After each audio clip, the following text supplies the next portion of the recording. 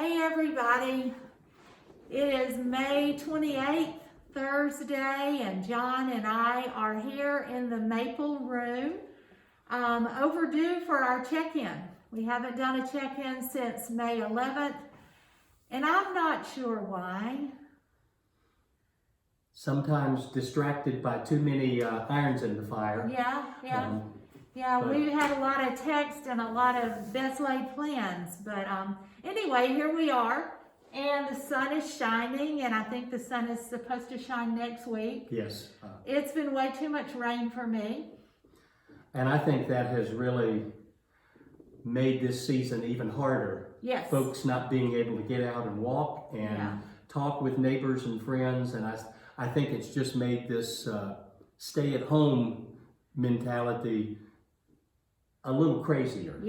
All the way around. It really has. It really has cast a gloom. But we're not here for a weather report. But we are here to really check in, and our commitment has been to talk about the important stuff, the deep stuff, and the hard stuff that is happening for us during the pandemic times. So I'm going to jump right in and say that I was on a Zoom call yesterday with my saging friends. I have a community of conscious aging elders that are all over the world, and we get together and have these hard conversations. And my friend Carol, who's very wise, said that she was sick and tired of the ageism that she has heard during this time of pandemic. And she said, it is really time for our elders, all of our elders, to claim their place at the fire, to speak out of the wisdom that we have accumulated and cultivated over the years. So then we were like, well, what do you even say? Because there's so much stuff, and some of it is messy, and some of it is not what people want to hear. But the pandemic has tapped into that wisdom. The pandemic has created a container for us to really speak out about what is hard and what is messy and what is important and what we need. So that's kind of what we're doing today. We're inviting you to that conversation, to claim your place at the fire. And what's been hard for you, John? Well,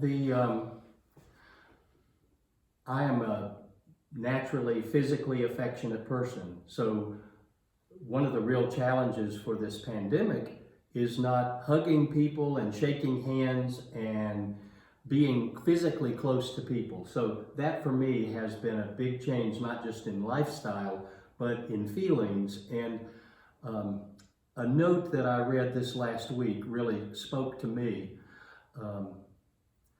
And here's what this woman said. The terrible thing is not the virus itself. A more terrible thing is being untouchable. And I thought, now did that come out of the pandemic? And I looked at the source. It came from a woman who was an AIDS patient 40 years ago. Mm-hmm. And in our culture, this is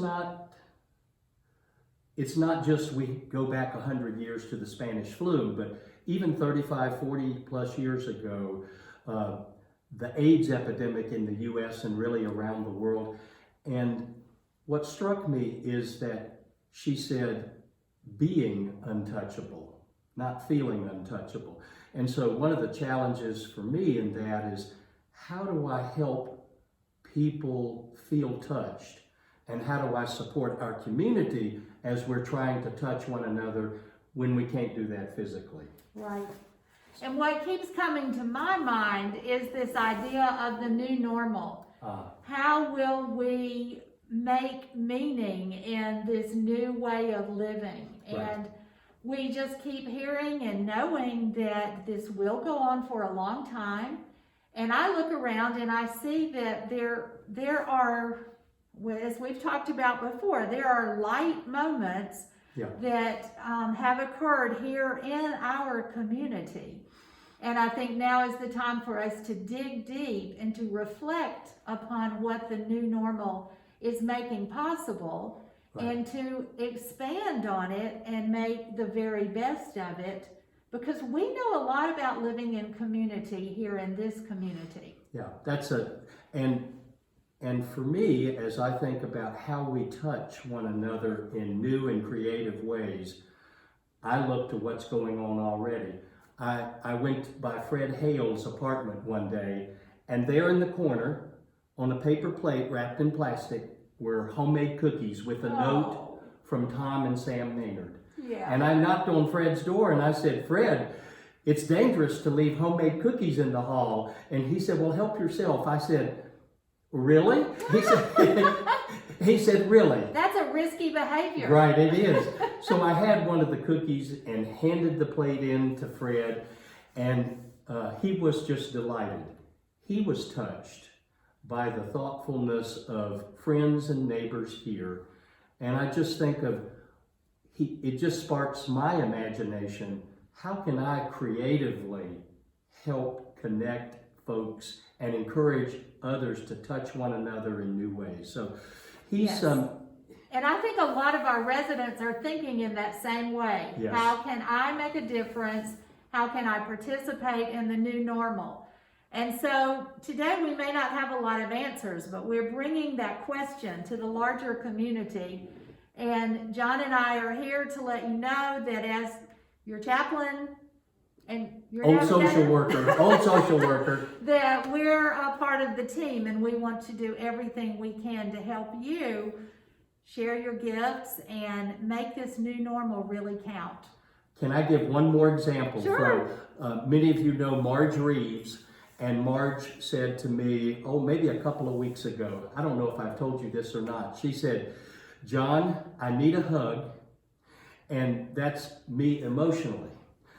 I know you can't hug me, that's me intellectually.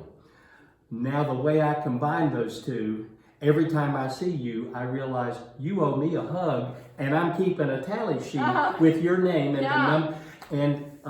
and then she started laughing, and I started laughing with her. And as Lord Byron says, the cheapest medicine is sometimes the best, and finding laughter in the everyday is one of the ways we really can touch each other in all this. So here I have the Maynards and Fred Hale and Marge Reeves reminding me of the little and important ways to try and touch one another. Yes. Let's stay connected, sending love. Bye-bye. Blessings to you.